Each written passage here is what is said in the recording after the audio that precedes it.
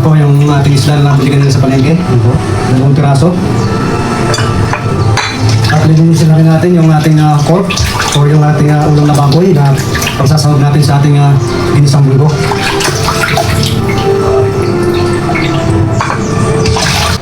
Ito na po yung ating nilinisang isda mga idol. Yun po, atin na pong lalagyan ng asin na pampalasa. Bago po natin siya prituhin. Yun po.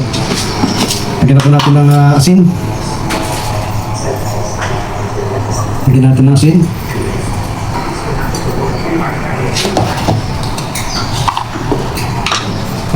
At lagyan din natin ng paminta o yung brown black pepper.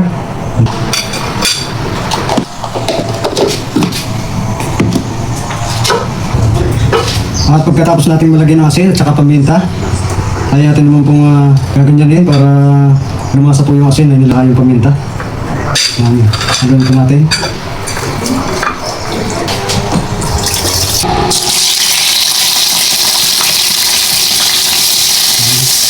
Sasahugin lang natin kung ating pork. Panahog natin sa ating ginisang munggo.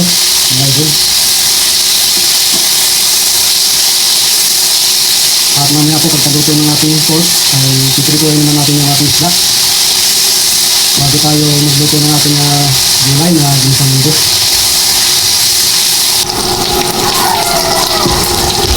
Ayan po, at light brown na po yung ating pork. Atin na po siyang hahanguin. At pagkatapos po nito ay pipirituhin naman natin yung ating isda.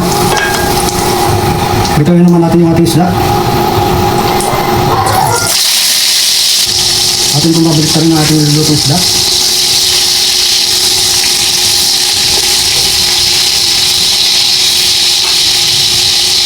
Ayan po, at luto na po yung ating isda. Atin na pong hahanguin. Ngayon po natin yung isda. At luto na. At tayo naman po ay magluluto ng gulay. Ayan po, at may na po yung mantika sa kawali. At tayo na po ilagay yung ating sibuyas. Luto rin. Sunod na yung bawang. Lagay na rin yung luya.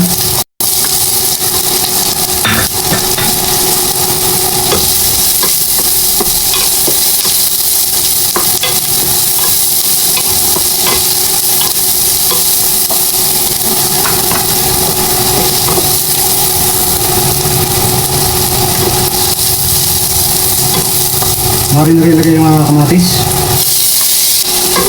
Tuloy lang yung paghalo.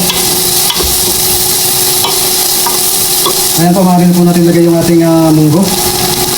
Lagay na po natin yung munggo na pinakuluan na po natin kanina. Ito, yung pinalambutan na po natin kanina.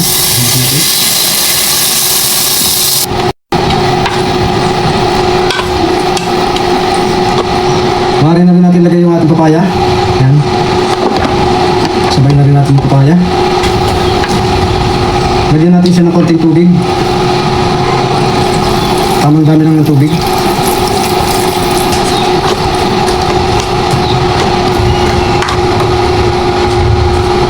Yung pork na sinahag natin kanina kasabay ng pritong isda, lagyan na rin po natin.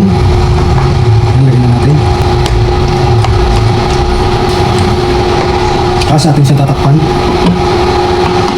I-check na natin ating niluluto. Kaya natin malapit na pong maluto yung ating gulay. Maaari na po natin siyang lagyan ng pampalasa.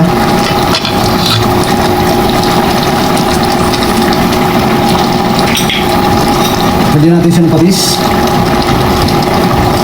Ayan, lagyan ng kutsara ng patis. Lagyan din natin siya ng paminta at kutsarita. Retsin, konti lang. At lagyan din natin siya ng pork cube. Masabay natin.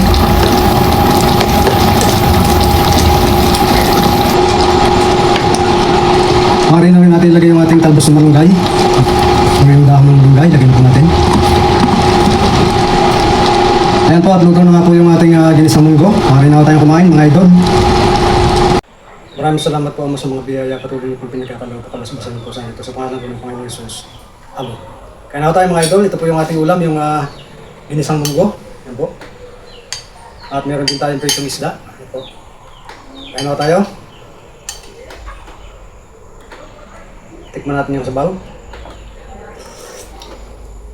Sarap mga idol. Kain mo tayo.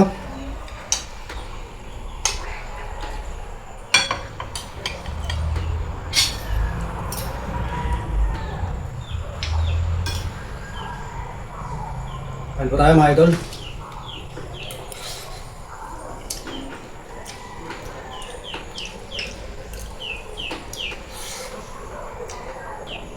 Ito tayo ng isda. Ano ito na natin.